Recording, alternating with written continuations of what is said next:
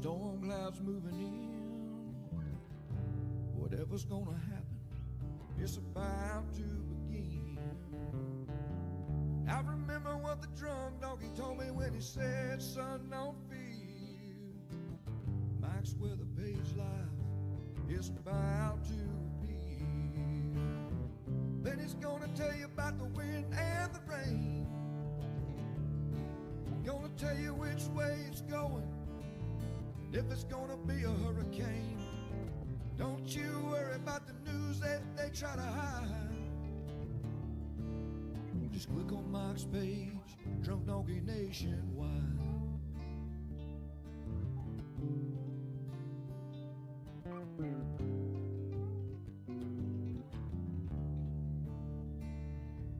Well, there'll always be some haters, but they don't understand that Mike's got a friend and 100,000 more across the land.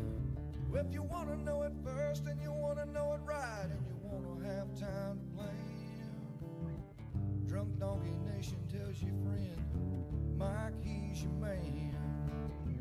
Then he's gonna tell you all about the wind and the rain. Gonna tell you if it's gonna be a storm or if it's gonna be a hurricane. Don't you worry about the news others try to hide. Click on Mike's page, Drunk Donkey Nationwide.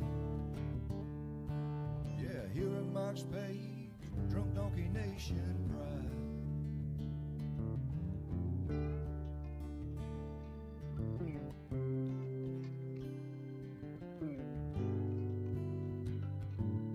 And good morning. What's up? Cheers. Look at that. 30 seconds to spare. We are doing it. So, hey, listen. Happy Hump Day. It's Wednesday. I don't know if anybody else was confused over the years. Like, the first day of meteorological spring. I had the worst word in the world. The first day of meteorological spring was yesterday. I always thought it was later in the month, the 21st, I think. So we have two first day of springs. Everybody say it with me. Meteorological spring. That's the hardest word in the world. Daylight savings starts this month. Yeah, hey, what's up, Larry Reed? Good morning. So, by the way, we're at the Brew Crew, 91 days, Shelly. I don't know about, is it 91 days? I don't know. Hurricane season is coming. So anyway, happy first day of spring number 1. Spring number 2 is coming. Oh, I forgot to turn the countdown off. Oh, my goodness. So, hey, you are watching, this is our Daily Brew Show, right? We talk weather, we talk tropics. We're streaming live on Twitter. We're streaming live on YouTube. We're streaming live on Facebook. So, welcome, everybody. This is Hunter. He is our official, you named the dog of Mike's Weather Page. We named him after the great hurricane hunters. And the little guy even had a beer named after him. And the hurricane hunters all took a picture with it last season, giving us the big cheers. So he's semi-famous. The Spuds McKenzie of our weather page. But hey, yeah, so hey, we got the cruise coming up. What's up, Richard Reamer? We got our cruise in less than 2 weeks. We're heading out on the Drunk Donkey Mike's Weather Page cruise. What's up, Jeffrey Benway? How's it going? Here's our cruise details. That's coming up March 12th. I know we got a bunch of weather fans going and families, so we're looking forward to that. We got 4 events planned for the week, maybe more. We got some stuff giveaways. We got, oh man, we got some fun things planned. So watch for some pictures from that and a video coming from all around the Caribbean. It's going to be a great time. Phil's going, Shelly's going, Julie's going, I'm going, and a bunch of crazy weather fans. So yeah, I can't wait. And there might be some cabins left. Hey, if you're spontaneous like I am, you can reach out to Sean and he'll let you know, because there's specials here every day. What are you shaking for? It's kind of chilly in the house. It was 69 in the house today. So what else? Look what else is coming. St. Patty's Day. So there's our good friends at ABC Fine Wine and Spirits celebrating Patty's Day, March 17th. Coming up. Don't let the shenanigans begin. But you can always count on ABC being there for you and stocking up for the big party. Green beer. Hey, Maria, coming down to St. Pete. Well, anything downtown's a lot of fun. St. Pete. Got to go to the pier. I think there's some Fords, Doc Fords, I think it's called. There's a restaurant at the base of the St. Petersburg Pier. It's really nice. And you can hang out on the pier. There's an awesome tiki deck on the top of the St. Petersburg Pier. Awesome. It's like the tiki something, I don't know. But it's a tiki-themed bar and grill right on top of the St. Petersburg Pier. Definitely suggest it. And this is Louis, by the way. Yeah, 42. What's up, Bill?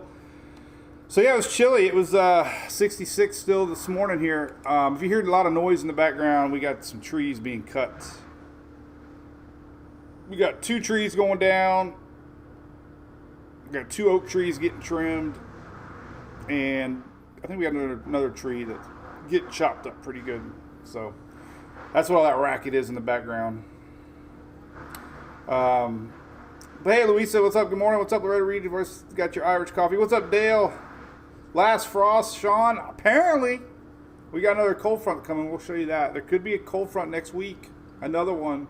It might not be over yet. Shamrock Shakes, David Berryhill says. That would be good.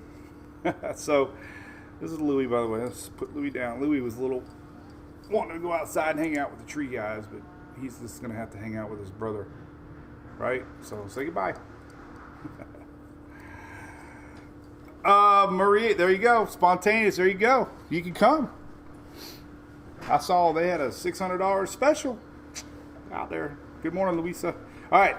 So yesterday was the big news. We had a new satellite go up in space. If you hear about it, it's called GOES-T. Now, they rename it GOES-18 once it's in orbit, in case you're wondering. But it's a brand new satellite for weather. And it's got a good lightning.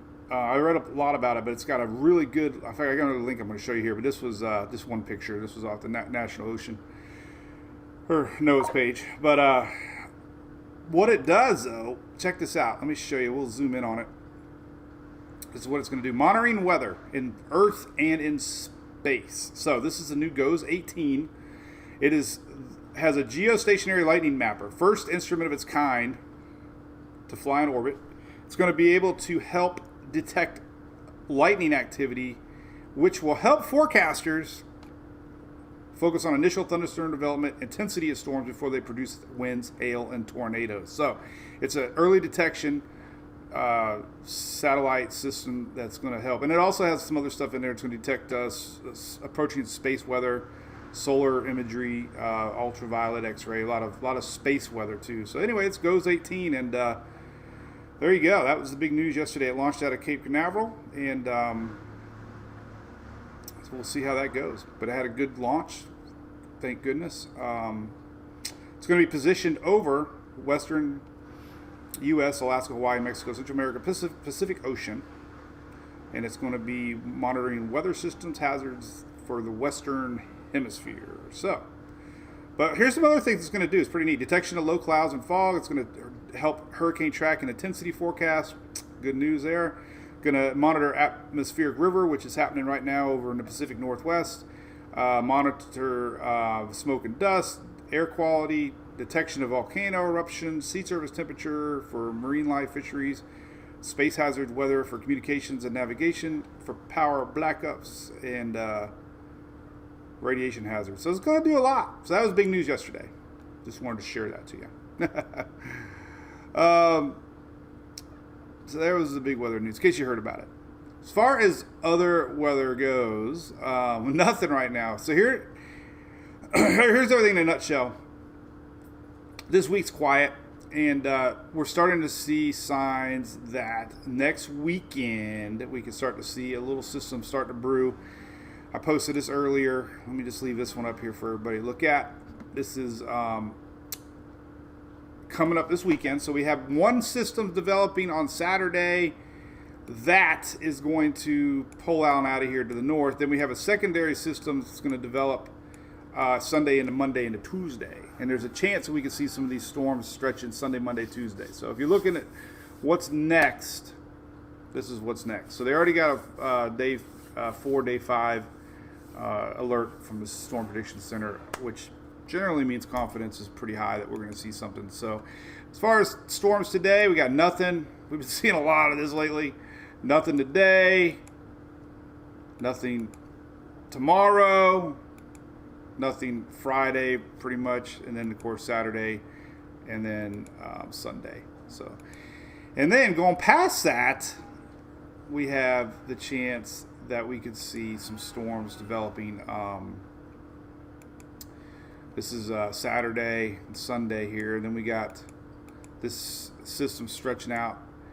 And here is possibly into Monday, into Tuesday. So this is a little bit farther past the Storm Prediction Center. So we could see that storm, the secondary low pressure system, affect more Sunday here and then Monday into Tuesday here. So a little something to watch. That'll be what's next. We'll look at a lot of radar here and some long range stuff. We'll leave this little guy up for now. Let's see what you're doing. Mark Johnson, you're welcome. Thanks. Porsche Works event. That sounds fun. Dead solid perfect. Okay. Let's keep your fingers crossed on that. Morning, Shelly. What's up? And somebody had chocolate sent. Oh, look at that. Who got chocolate? Anyway. Crazy. All right, Fred. What's up, Fred? I see Fred on there, too. Well, this is it. This is everything in a nutshell. This is 3637. This is over the weekend. And then, look, 38. So there's our next line. This starts to develop here on Saturday. And then Sunday, Monday, all of our range stretch. So we really have nothing. Really, let's look at daily rain just for fun. We'll jump right into that. Because it looks like, other than that little storm system, we could have pretty awesome weekend for most everybody the next several days. Not a lot of rain in the forecast for the next, let's see if I can pull it up on this one or not. This doesn't do daily. We'll do daily precip though, just for fun. So here's your daily precip through Friday, and this is your through Saturday morning. So this is one map. This is your precipitation totals. But other than South Florida getting these little rain showers today, which I showed earlier today, we had a picture. We're getting these little spitting rains off the Atlantic. Other than South Florida and some of the East Coast, this is rainfall through Saturday. And let's stretch it out to the weekend. Let's do the daily rains, which I believe is right here. I can never get it right, but here we go. Let's just look at the whole U.S. Here's your daily rainfall. So here's your daily rainfall. A little bit of spitting rains here that's still attached to this old frontal boundary that actually brought storms and rain to Bermuda last night. So we do have some rains coming in, and this is going to trickle in all throughout the day. This is pretty much Lake Okeechobee South, a little bit coastal, maybe up to the Cape, but this is today. Tomorrow rains, kind of the same. Spitting rains on the East Coast, a little bit heavier possibly down coming across South Florida, but this is tomorrow, nothing. This is Friday, nothing. Friday, Saturday, pretty much nothing. Here's our next frontal line starting to brew. This is why we have storm chances out ahead. This is Saturday rain. So we're talking southeast, other than the tip of Florida. No rain pretty much today, tomorrow, Friday, Saturday, Sunday. Nothing. Sunday rains. There's our big next system brewing. This is Sunday. So there's our 24-hour rains on Sunday. So we definitely have some rain across Mississippi Valley here and up through Ohio. Stretch it down. It's Sunday rain. Here's Monday rains, and it starts to push itself a little bit more to the east. So that's pretty much it. But look at this. Florida, if you're living in Florida, pretty much from about here upwards, you got no rain until next Monday at least. And I know a lot of folks in Florida are bumming about that. We actually get a little bit of drought index showing up too. This is your rainfalls, and we can back it up here to total rains. Let's check this out. Here's your total rain forecast, and if we go all the way out to next Tuesday, hold on a second.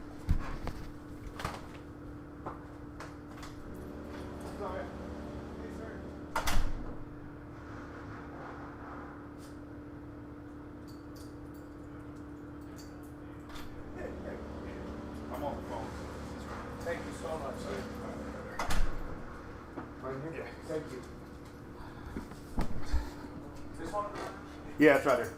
Go right here. Everybody. This one right here? Yeah. Bathroom break. Chop my trees down, in case you're wondering. Yeah, so we have 2 oaks. We'll talk weather or trees for a second, but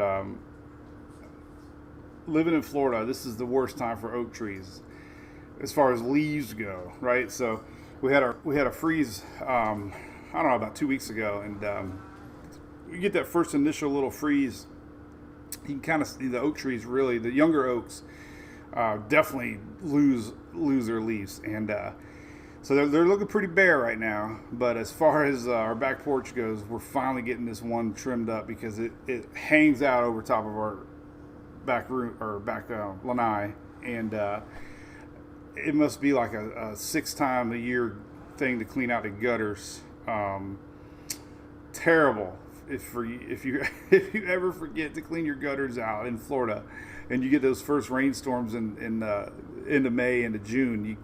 I always do a rain gutter alert, usually like end of April, first part of May, because when the rainy season comes in May, and you got a whole springtime full of pollen, and pollen's next, but pollen makes these natural dams that unless you know what I'm talking about living in Florida, they're the most sloppiest, wettest, like, yeah.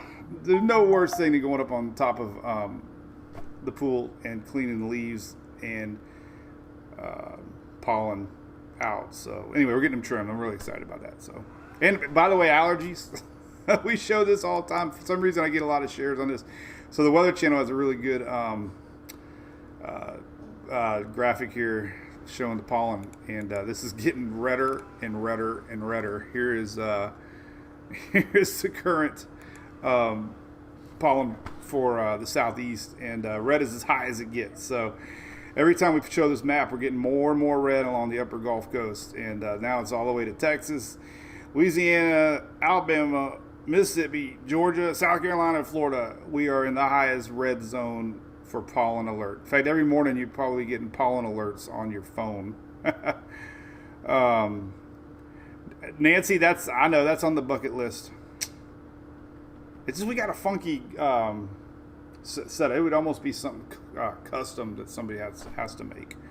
But anyway, you know what comes after pollen, by the way? Love bugs. So we have the pollen season, and then it ends up with the love bug season. 2 of the worst seasons. And really, in between that is when the trees start laying down their sap after this initial leaves fall. And if you park under oak trees in Florida, you know what I'm talking about. You get terrible sap. It's like, oh, the struggle's real. But anyway, so back to the rains. This is your total rainfall through next Tuesday. So we're not getting hardly any rains anywhere across the East Coast down into Florida for the next at least week. And that's it. Not good for our drought. Let's pop open the old drought. We should be getting a new update maybe today.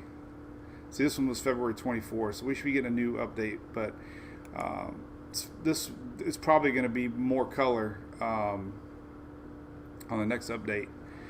But, you know, we're starting to see some moderate number D1 droughts across the upper Gulf here and into Florida.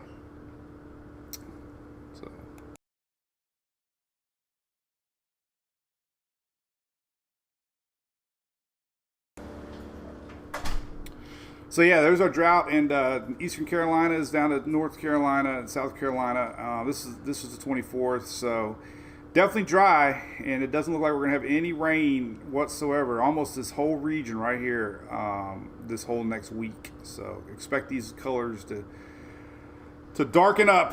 And we were doing our live show Monday. People mentioned Daytona back in July. Our initial Saturday night race in July was postponed due to wildfires. So we don't want this creeping up in the South before rainy season. Rainy season typically starts around the end of May,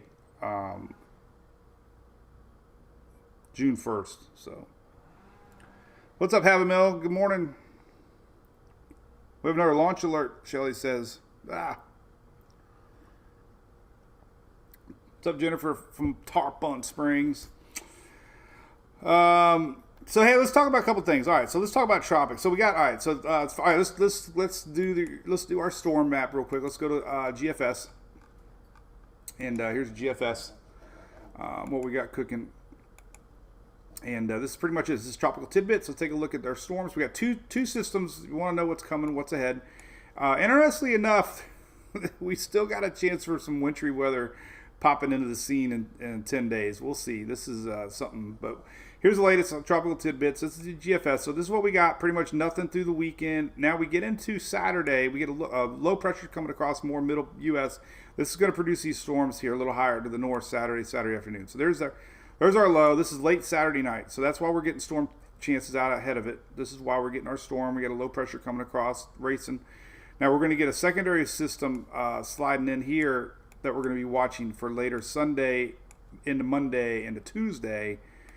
This first one will be gone. Now we're going to get into Sunday, and there we start to see our next developing low pressure dip coming down, and then we can see some storms develop late Sunday night into Monday. Frontal line, and that line could extend into later Monday, even into Tuesday, to watch out for. So there, first part of next week. There's Monday. That's it. That line might make it way through Florida midweek. We'll see about that. Now, going long term, it's pretty far away, but here's what we got. Talk about this all the time. Midweek, right? What do we have here? We got an old frontal boundary that's going to be hanging out, right? Now, it's not uncommon.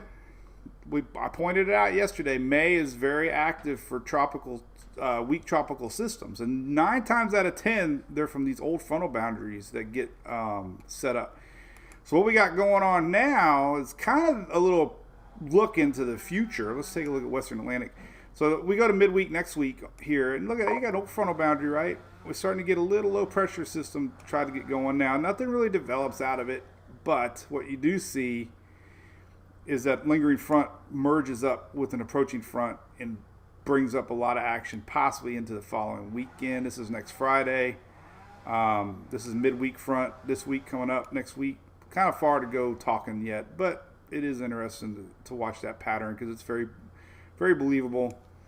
Frontal boundary hangs out, a little bit of energy hangs around the Gulf. Next system comes in, pulls it up, and then boom, we get a big old juicy mess here, possibly a week from Friday. So long way away. I'm not going to harp too much on that one. There's OOZ GFS. So, it's kind of hard to predict that far out, but it is within 10 days. 9-10 days from now. This is a week from Friday.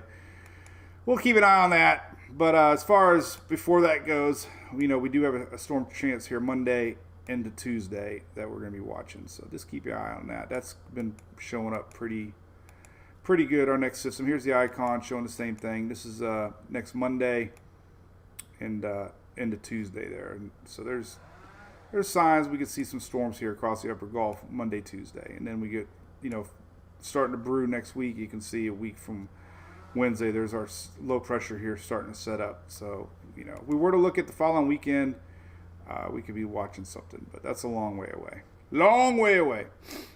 So that's it for that. Quiet few days, storms over the weekend, possibly Monday, Tuesday storms, upper Gulf area. We'll keep an eye on that. Temperatures are warming up. Let's show you this real quick.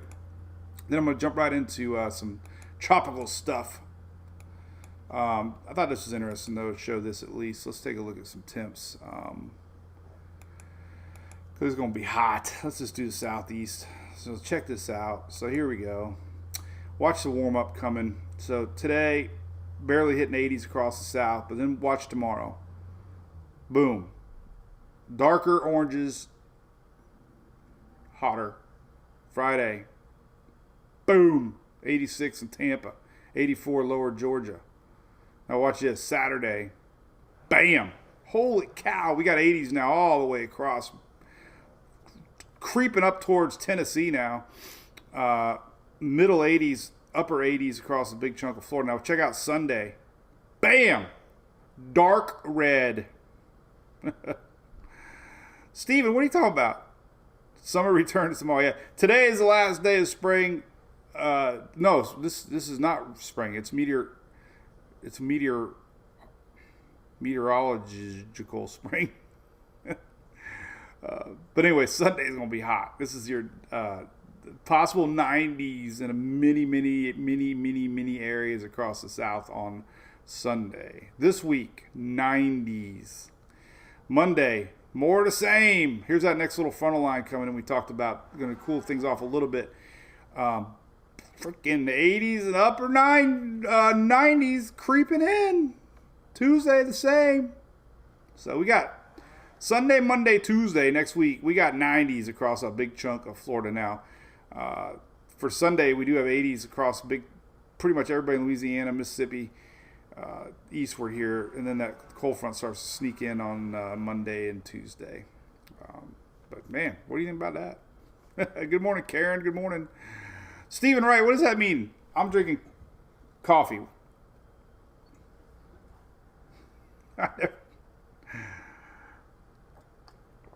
Dale's gonna be at baseball. It's gonna be hot, man. What's up with Major League, man? Baseball not gonna have opening day apparently. Bummer. It's a big bummer. No Daily Brew. Yeah, hey Jay, what's up, buddy? AJ McCain. Yeah, no Daily Brew that week. We're gonna be hauling booty home. Emily's got a softball tournament for that weekend. We're gonna try to make at least a Saturday game. No, I think he's joking, Shelly.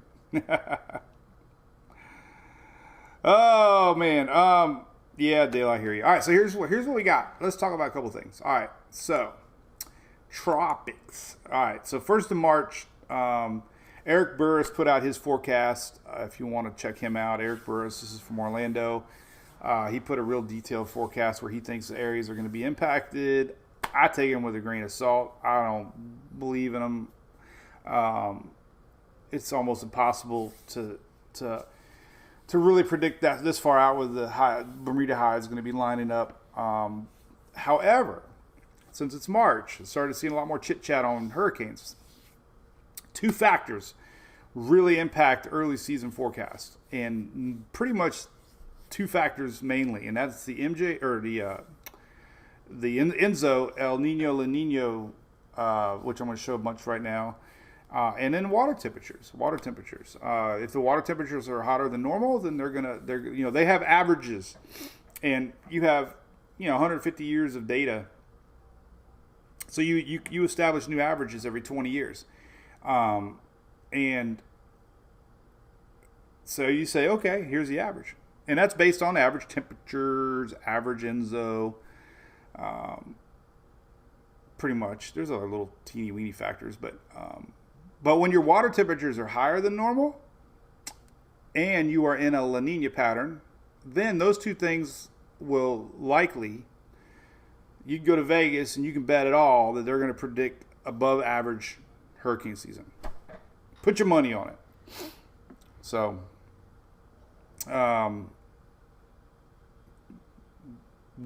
guaranteed. So let's look at the water temperatures real quick. Water temps are... That's not the one I wanted. We want to do the NASA map right here. NASA map. All right, here's your anomaly map. Now, this is your weekly averages. Now, we can do monthly. Almost looks the same. 2 things. All right, this is your monthly water temperature averages. So, obviously, white would be normal. Blue is below normal. Oranges and reds are above normal. So these are your monthly averages. And 2 things. All right, so there's Hawaii. Your Pacific, pretty much when your Pacific's cool, and I'm going to show you that, then La Nina sets in and dictates a lot of weather patterns. And I'm going to show you that. I got a new link I'm going to show you too. But basically, blue water in the Pacific means La Nina pattern setting up, and we have warmer water already over pretty much the Gulf and the Atlantic, and really stretching up north into the northeast. But we got some, hot water coming in off of Cape Verde Islands here. So first off, so water temperatures are above normal right now. That usually means that they're going to predict an above average season early on. So cooler Pacific means El Nino is not going to be possible. It's going to be La Nina. So La Nina pattern setting in, and I'll show you some of that here in a second. And then warmer waters across the Atlantic and the Gulf of Mexico. So that one factor there. And then we get into La Nina. So I added a new link here. El Nino Explained right there. New link. Shelly loves it when I have a new link. Jeffrey's got biscuits and gravy. Oh my God, I would love biscuits and gravy. What's up, Bill Barber? Good morning. Camping weather looks good. Cheers. But new link alert. All right, so if you click on it, two things.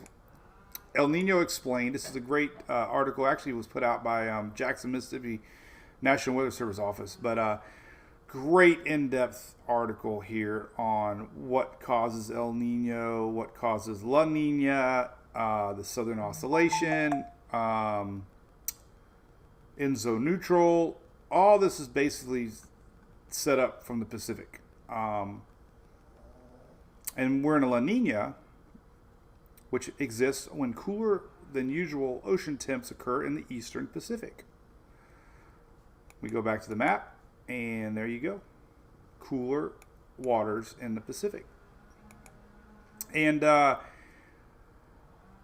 scientifically, it controls pretty much trade winds, upper level shear, and precipitation storms, but suppression of rain-producing clouds leads to drier conditions from the date line to South America.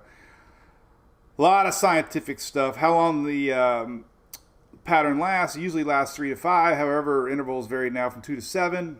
We've been in a La Nina now a couple years, and it definitely appears we're going to be in one this year. Now, so that's a good article. Here's another great article right next to it. It says El Nino right there. You click on it, and you can get your weekly outlooks. Let's take a look at that. And your weekly presentation comes out, and it goes into all the different departures, basically. All sea surface temperature departures. All it does is talk about the sea surface temperature, and a lot of that's satellite driven. And the new GOES 18 apparently is going to be looking at sea surface temperatures a little bit better, so that's good news for that. Historically, too, this is a good one. I was going to show another map, but here's a good. I was going to find this somewhere else, but it's right here. So let's take a look at that. This is history. This is your historical La Nina, El Nino. What's interesting to note on this is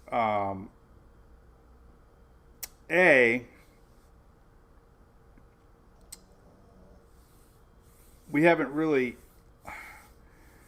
like last year, 2020. 2020 was a record year. We had the most names ever, and anything in the gray is like neutral. Blue is La Nina, and red is El Nino. 2019 started out with a El Nino pattern, and it went into a neutral state. Now, 2018, we look back at Irma, and a lot of forecasters compare seasons to seasons, and 2021 last year we were in a La Nina early in the season, and we ended up ending the season La Nina. And we ended up going through all the alphabet last year. We went through W. So I guess the point here is it only takes one, and even though we had Ida last year, the number one thing I heard from everybody was it was such a dead season last year, and realistically it wasn't dead. We went all the way through the W's. We went through every single letter last year. And that usually, that's an active season, right? Dusty, are you watching? Oh, man. So he's working on, so we're working on our shirt for Bring It On. This is so cool. Dusty, are you watching, buddy? So here's a sneak peek. We usually do 100 edits, but I kind of like it. What do you guys think? So bring it on 22. We got the names. We might alternate the names and color maybe. But like I said, it's a first draft. But I wanted to do something funny with palm tree and donkey maybe kind of like hanging on. So that's the first draft. I think it's going to be a good one. So it's going to be cool. But I mean, look at 2019. I mean, let's type up 2019 hurricane season. This because we started out the season in a El Nino, and we all know that. Let's pull it up here. Do a little history. So even though we were in El Nino that year,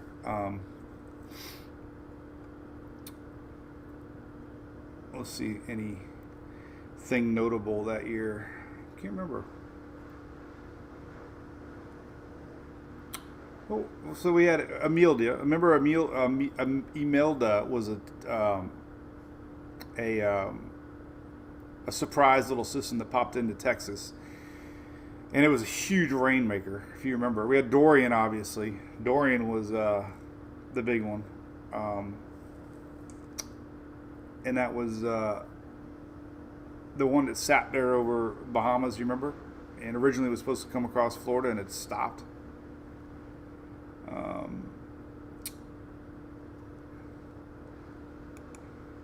Let's see the date on that. August.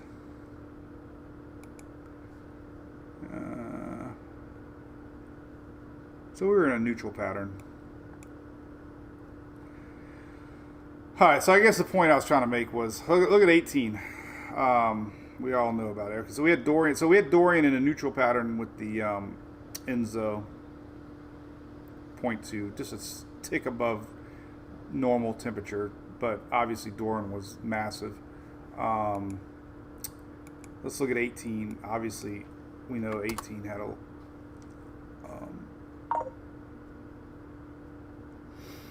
just trying to get the date on Michael. It was in October 7th. All right, so 2018, 17 was Irma, but 2018 here, and we were in a El Nino pattern with Michael in October.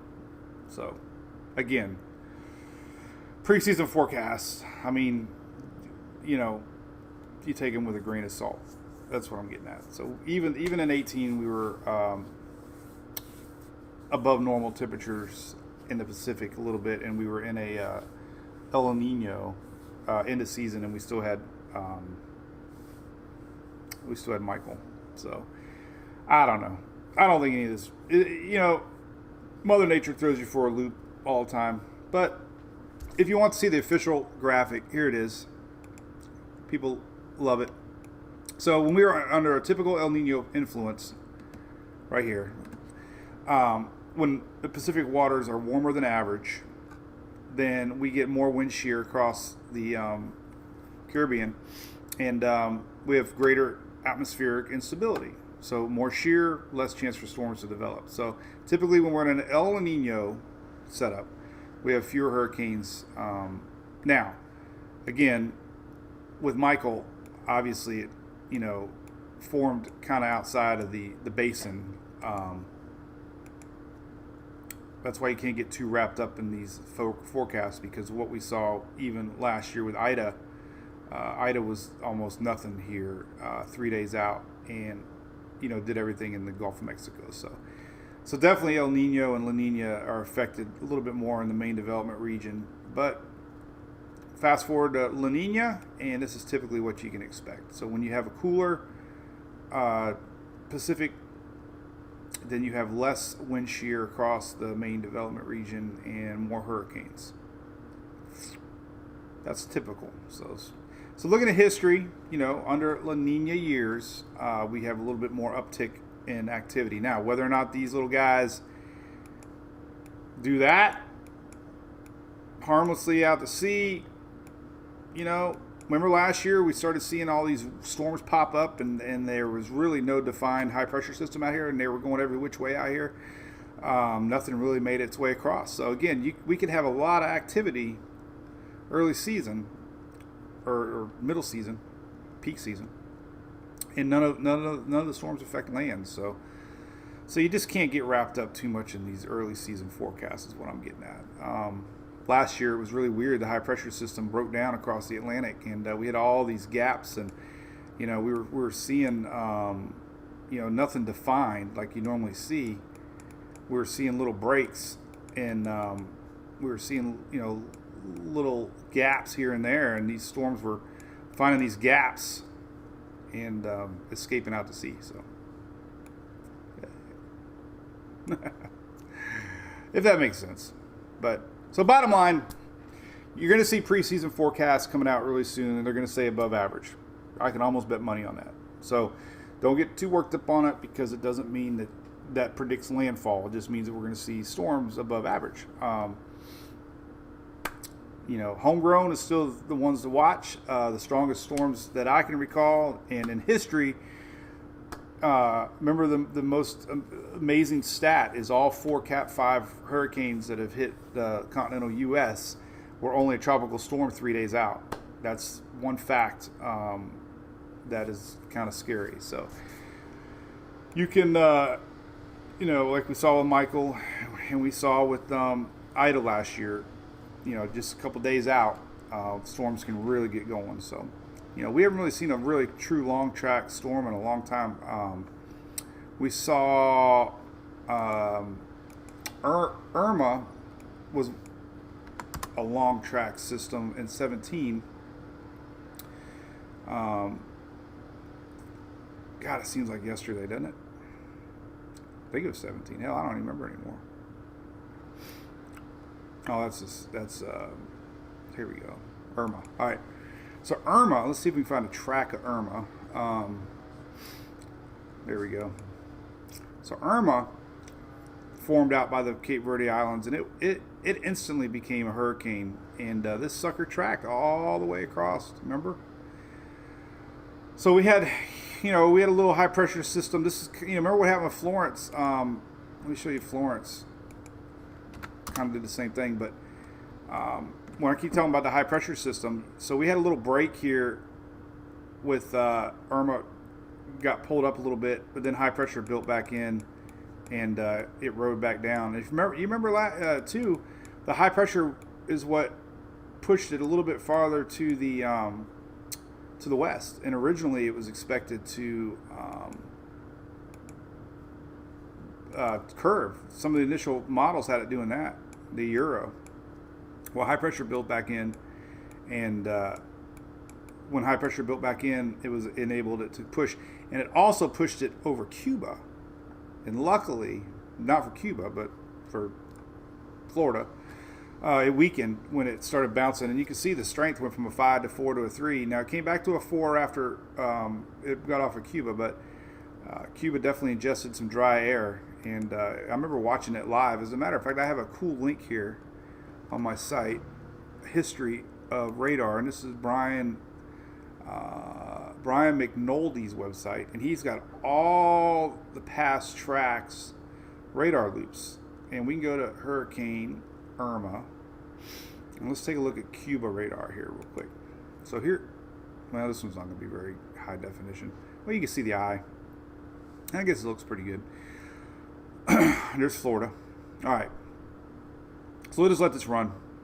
So Irma came across and got a little bounce down, and it rode along Cuba here for a long, long bit. And when it did that, we got a lot of dry air wrapped in her on the backside, which ultimately helped weaken our system. And we started seeing these dry pockets rolling in and losing some of that punch. So Cuba definitely helped weaken Irma as it, the mountains of Cuba, dry air, dry land, and it still was a 4 when it hit the Keys. I'm not taking anything away from it, no doubt about it, in Naples, but that little push south, and a lot of that was all driven by high pressure, just that high pressure system built in at the last second here across the Atlantic and pushed our system down a little bit farther.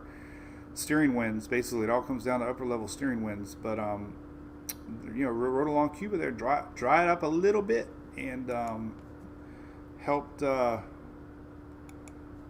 make it less impactful. Here's another shot. This is a great shot. This is the eye there on the bottom here, rode along Cuba a little bit, and then it just weakened a little bit. We started seeing this dry air come around, and once that dry air wraps around and gets ingested into there. Now look at this dry pocket. See, it never really survived. Now, yes, it did hit the Keys and it did a lot of damage, but it wasn't as worse as it could have been. The symmetrical, moisture around the eye, you can see, was really disrupted. Now, it hung on pretty good here, but watch these dry pockets come around from the north side, and eventually one of them got caught down here, and then we had a really big dry pocket. And if we looked back at water vapor loop, you might recall, really got a lot of dry air ingestion here, and especially when it ended up going up towards Naples. Luckily, it weakened, and we always say, you want it to peak at the right time, meaning you don't want it to peak at the wrong time. Ida was still strengthening when it made landfall. I remember talking with the hurricane hunters. Believe it or not, they were messaging me. They were flying above, and the brown water effect of Louisiana, that and some other stuff way above my brain. There's going to be a lot of study on Ida because it appeared that it strengthened after landfall. Michael was intensifying as it approached landfall. So, Keys got a lot of Irma, but it did start to really weaken, luckily, at the last second as it approached Naples there. But still was a lot of damage. So that was that. So there's a little history there on that. Again, preseason forecasts are coming out. Take them with a grain of salt. The Mother Nature always throws you for a loop. Like I said, last season, we started getting these crazy, wild looking weather patterns in the Atlantic. I remember, and just there's last season. We did have some tropical storms, yes, but like I said, Ida was the big one. But most of these, ended up out and harmlessly out here in the, and we had a lot of them forming, remember, off of the coastal areas, like we see a lot. So, even though we used up all the letters last year, people think it was a light season. So, that's about that. What's up, Richard Sanford? Anyway, anything else I missed? So, but Bermuda, Lori Rye. Hey, did you get any storms last night, Lori? I'm curious. I saw you typing. It might have passed a little to your north, Bermuda, but it looked like last evening into, overnight hours, you probably had some rumble thunder off in the distance, right? Probably did. Anything else I missed? Mike Soul, correct. So we, did a little homework myself this morning. So what we've learned was Irma was in a La Nina, or El Nino. When storms are supposed to be a little more suppressed, Irma in 2017 or 18. In fact, let's go back to that. All right, so Irma was in neutral. Michael was the one. So I get confused. Irma, pretty much peak season during 17. Very neutral pattern. Enzo, very neutral Enzo. 18, end of the season. This is July, August, September, October up top here. You can see the notes here, J. So that's August. This is August, September, October. So towards Michael, we were actually in an El Nino, warmer Pacific pattern, and we still had Michael. Dorian was start of the season. We were El Nino, neutral. So neutral, Neutral patterns can be bad. Just put it to you that way. And the forecast for this season is right here. And blue is La Nina, meaning cooler Pacific. And it's supposed to rule all the way into maybe June, July, August. And early season predictions are that we could be hanging around neutral La Nina all the way to peak of season. Typically means more storms. So there you go. Take them with a grain of salt. Bottom line, I'm not sold into any of this stuff yet as far as that one. You'll hear it a bazillion times. It only takes one. Just like we said, Imelda,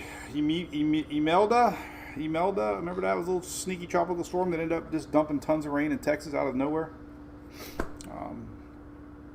I posted that yesterday, and we had, I think it was Tropical Storm Andrea. But that was a good graphic. Let me find it. This was yesterday. I posted this one yesterday. Right here. Let's pull this guy up. And there's that. So we got softball today. Best day of the week. Oh, Alexis, appreciate that. Barbecue season. Mark Hall's got his brain in the right. Oh, it wasn't too bad, Lori. No, but hey, it was at least rain, right? That's all. Dale, I could put the hurricane loop. Oh yeah, I'd get a ton of Mike Soul, neutral. No, yeah, neutral just means atmosphere is just stable. We don't really have any extremes, Pacific side or Atlantic side. So two, you know, you always heard the saying, and this is like old school. It was like, you know, when the Pacific's hot, the Atlantic's not. Seen that a bunch over the years, and that usually comes down to MJO, the MJO pulse, meaning these MJO cycles that pass through the atmosphere, they west to east, and so when you get one of these waves out in the Pacific, they usually have a bunch of storms, and then that wave makes its way across the Atlantic, enabling more storms. So usually out ahead of a favorable MJO pattern, you'll have unfavorable out ahead, and that usually means the Atlantic's not. So usually you can get a look at the future by looking at the Pacific. Now, if we're in a strong La Nina pattern, the waters are cooler out there, there's more instability out there, less moisture out there. So when we're in a La Nina pattern, you're typically going to get not a lot of action anyway, no matter what, in the Pacific, because of the lighter precipitation, higher wind shear, and so typically a La Nina year would be less Pacific storms, more Atlantic storms, and vice versa. But vice versa. Harvey was another one, man. You're right, Sean. Harvey was an incredible system. Harvey was when I first started learning about loop eddies, and everybody started finding out about loop eddies. Let's get into that here in a second. But this is a great map. This is on Wikipedia. So props to whoever put this together. This is showing you that we had a storm last year, Anna.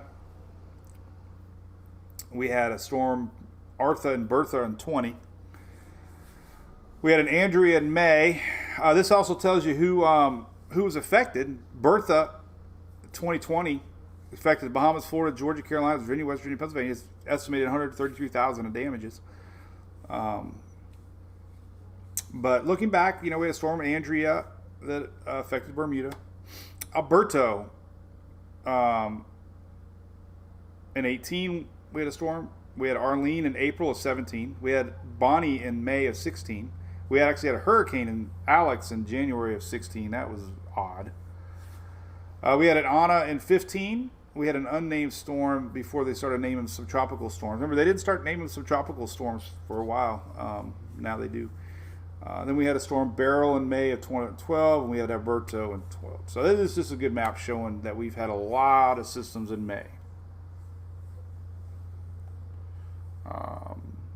So, all right, so let's look at the loop currents. It's very fascinating. You know, growing up here, you hear about the Gulf Stream, and this is a great map here. I got a couple links. I think I have another one. What was Influence Ocean? This is an article. Influence of ocean currents. A lot of chit chat that the Gulf Stream's slowing down a little bit. Here's a great article on ocean currents of the world. I have this link to the site, but you can really get a flow of the Great Pacific Garbage Patch. You've heard about this, haven't you? That these spinning creates these little pockets of like areas out in the Pacific that just don't move, and the water just sits out there, and sometimes you get garbage. But anyway, so back to the all right, so here's the current Gulf Stream. So there's some studies being done, the Gulf Stream slowing down. I don't really know what that's all about. But hey, if it slows down, could lead to a little bit more impact coastal tides possibly, because now the water's able to move in a little bit more towards the coast. So a little bit of theory that because the Gulf Stream's slowing down a little bit means that we could be seeing a little bit more coastal impacts, flooding possibly. There's some studies about that. I don't really study that too much. But back to Harvey, we had these little loop eddies out here spinning, and we had one with Katrina. They found out we definitely last year, unfortunately, if you remember last year, our loop current really wasn't an eddy. I think it's an eddy when it breaks off, but last year with Ida, unfortunately, Ida rode right up along one of these loop currents. And the loop eddy's the same thing. So we did have a break off. So here's our loop eddy. Loop eddy's spinning around here. So all this warm Gulf Stream water basically breaks off, and you end up, originally it was doing this, but it broke off, so now it's doing this little spinner out there in the ocean. But it is a little current. It's a little river of warm water basically, and these little loop eddies will drift around. They're little currents. They spin, and they kind of drift around.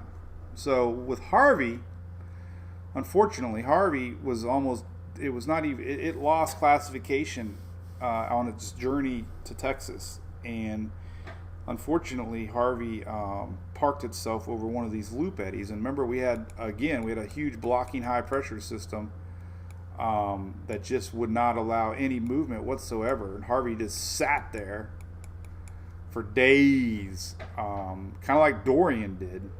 Dorian over here, unfortunately, sat for days. There wasn't, the steering currents were weak. When you have weak steering currents, storms can't go anywhere. And, you know, we always go to this classic map here. I love this one from the guys up in Wisconsin, UW-Madison Sims. But this steering map is everything. Not everything, but it's a big part of it. And during the season, man, it really shows you the mid to upper level winds and ultimately where our systems are going to go.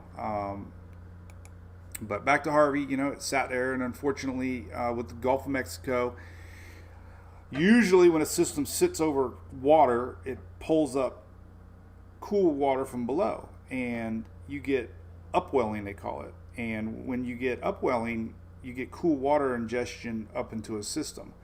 So if a system is slow moving, typically over cooler shelf waters, then it loses a little punch. And there's some theory about this on the East Coast. Systems interact with a shallower shelf. Shallower shelf means you run out of cool water. All right, just a second.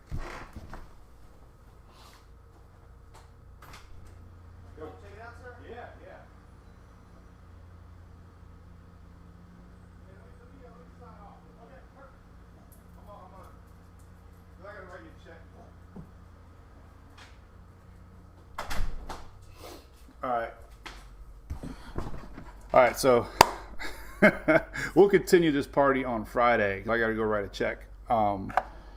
the tree guys are done, and I've been rambling over an hour. So, but hey, if you seriously, if you guys like this talking tropics stuff, let me know. Let Shelly know, and I'll ramble on more and more about the tropics. And it gets me and it gets me set up for the season, because you forget about this stuff. So. We'll talk more Friday. And listen, seriously, any Brew Crew members out there, remember, you can be a supporter of our page. A lot of perks. Everybody always asks us how they can support the page. Then we have a great section here. You can be a monthly subscriber. But we have our Brew Crew page. Let Shelly know what you like, and we'll talk about it. I need ideas, and we'll talk about the tropics. And I'll do it again on Friday because it's fun. So, but I got to go. Rambling dude. Have a great Wednesday. Softball tonight. I hope to have good news to report on that for Friday. So have a great day. See y'all.